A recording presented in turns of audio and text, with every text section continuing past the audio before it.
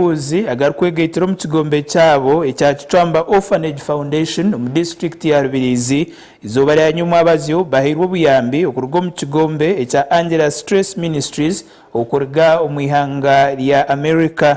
Amafuuzi aga gahabwirwa obuteehwa amatsiko kandi n'okutwazaje abo kumutwara kugira emico y'ikanda katwazaje nekimuyamba kuhika ahabiroto bye.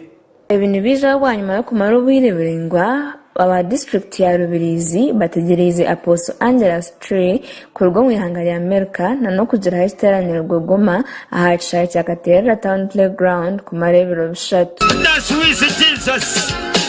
with Jesus. Right.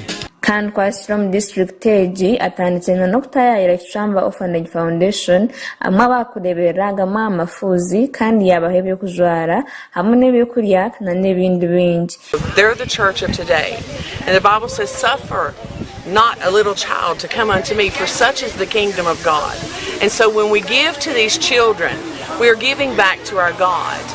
And we believe in these children.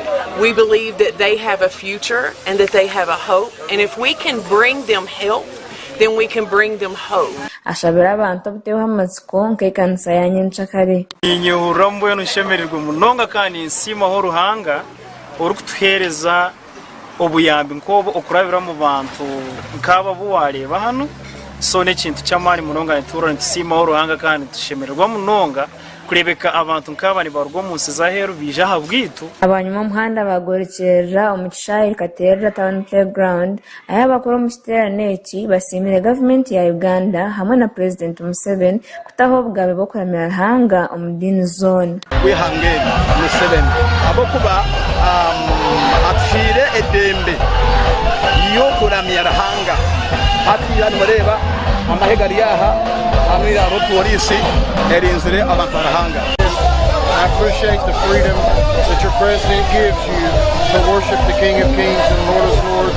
It gives us missionaries the opportunity to come here and be blessed the people here in Uganda. We don't see this freedom in other places. Bitaba bajumiriye cyabinje bakusibaho babagambaho ngubone baronde byabo ngo tubyo bwarahanga. We know that Uganda is the pearl of Africa, but it's also the pearl of the Most High God. We didn't come here for a business. We didn't come here to make money. We saw treasures in earthen vessels that we have sold everything that we have.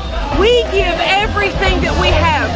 Kandi nsima abahereza bakaterera na Rubirizi yo no kutwaruza hamwe kureba ngo twatanisa tukakire cyonce cyitwibira hanga kandi tukacakire mu wanyu. Agashaka Sharif Murungi ahwa Sky TV ya Gesho.